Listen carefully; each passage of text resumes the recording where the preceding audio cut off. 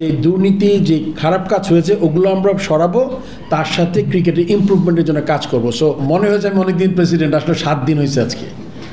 Today is the 7th day. হ্যাঁ, so you have to be patient a little bit, আমাকে সময় দিতে হবে।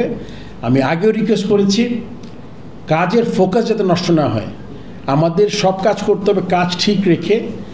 যেই অসংলগ্নতা, যে দুর্নীতি, যে খারাপ কাজ হয়েছে ওগুলো আমরা সরাবো, তার সাথে ক্রিকেটের ইমপ্রুভমেন্টের জন্য কাজ করব। সো আমি সব বন্ধ করে আমি একদিকে যেতে পারবো না।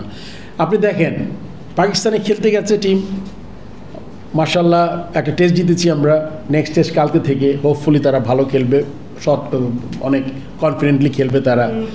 আসলেই কিন্তু ইন্ডিয়ার সাথে খেলবো আমরা, তারপর সাউথ আফ্রিকা আসবে, ওয়েস্ট ইন্ডিজ যাবে। সো আমরা কিছুই বন্ধ করতে পারবো না, এর মাঝে ওয়ার্ল্ড কাপ হবে। সো সবগুলো কাজই আমরা করতে পারবো, করতে হবে আমাদের সবগুলো করে। আমার আসলে অনেকগুলো জিনিস একসাথে করতে হচ্ছে, এই জন্য হয়তো আপনি ইচ্ছা করলে পারফেক্ট জিনিসটা পাবেন না। প্রবাবলি কোশ্চেন করতে পারবেন আপনি আমাকে আজ থেকে, যদি আমি 6 মাস 8 মাস বা 1 বছর পরে যদি হয়, তখন আপনি বলতে পারেন যে উই ক্যানট সি এনিথিং, কোথায় যাচ্ছে। আসলে সরাসরি একজন মানুষ যদি কনভিক্ট না হয় তাকে কিন্তু আপনি সরাসরি দোষারোপ করা ঠিক নাই। এখন কিন্তু না, এর মধ্যেই বলি, বাংলাদেশের সকল ব্যাংক, বীমা প্রতিষ্ঠান এবং যে আর্থিক প্রতিষ্ঠান শুধু না, আপনার রাষ্ট্রের সচিবও কিন্তু চেঞ্জ হয়েছে।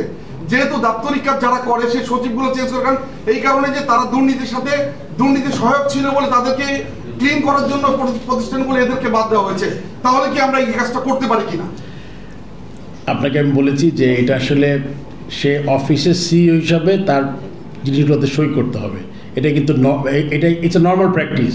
আপনি যদি ইনভেস্টিগেশন করেন তাহলে কিন্তু অনলি আপনি জানতে পারবেন যে এক্স্যাক্টলি কী ঘটেছে, তার আগে কিন্তু আপনি ডিফিকাল্ট। হ্যাঁ, আপনি যেটা বলেছেন আর আগে যেটা বলেছেন যে আপনার এই ইনফ্রাস্ট্রাকচার ডেভেলপমেন্টে তারা ঝুঁকে পড়েছে এনএসসিকে বাইপাস করে, আমার মনে হয় এরকম খুব বেশি জিনিস আমি দেখি নাই।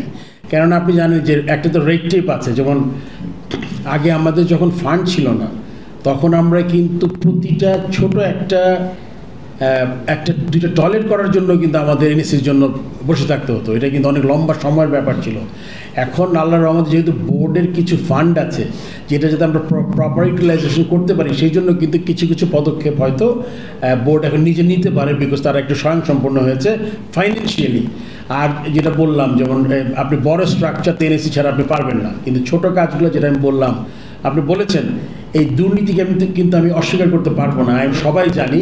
এই জন্য যেটা আমরা যাতে এটা আমরা ঠিক মতো দেখতে পারি, এই জন্য কিন্তু অডিট ফার্ম আমরা একটা একদম যারা আগে করেছে তারা না, আমরা একটা শুরু করছি আমরা, যেটা মানে আমার যতটুকু ক্ষমতা আছে আমি বলবো যে ওটা দিয়ে আমি চেষ্টা করব। আর আমার মনে হয় শাহিম ভাই এই মুহূর্তে হয় কি, সব দিকে আপনি নজর দিতে পারবেন না, আপনার সব কিছু স্টেপ বাই স্টেপ যেতে হবে, আপনি একটা সিস্টেমকে ফাংশনাল রেখে নিতে এগোতে হবে। আই এম শিওর আমাদের সিইও অত্যন্ত এফিশিয়েন্ট। আপনি যেটা বলেছেন যে অনেক দিন আছে একই জায়গায়, অ্যাট দ্য সেম টাইম সে কিন্তু তার মনে করেন যে 12 বছর আপনি বললেন সিইও, সে কিন্তু ভেরি এক্সপিরিয়েন্স না and he can help. But এখানেও যদি কোনো কিছু পাওয়া যায়, আমি বলছি না যে he will just get away, but এটা ইনভেস্টিগেশন আগে আসলে সরাসরি না করলে ভালো হয়, মানে এটা আপনাকে আমি রিকোয়েস্ট করছি। বাট এটার জন্য এটাও আপনি দেখবেন যে ডেফিনেটলি যদি কিছু হয়, কারণ ইনভেস্টিগেশন যদি কিছু বের হয় আই এম শিওর তারও জবাবদিহি করতে হবে, এটা আমি বলতে পারি। ঠিক আছে।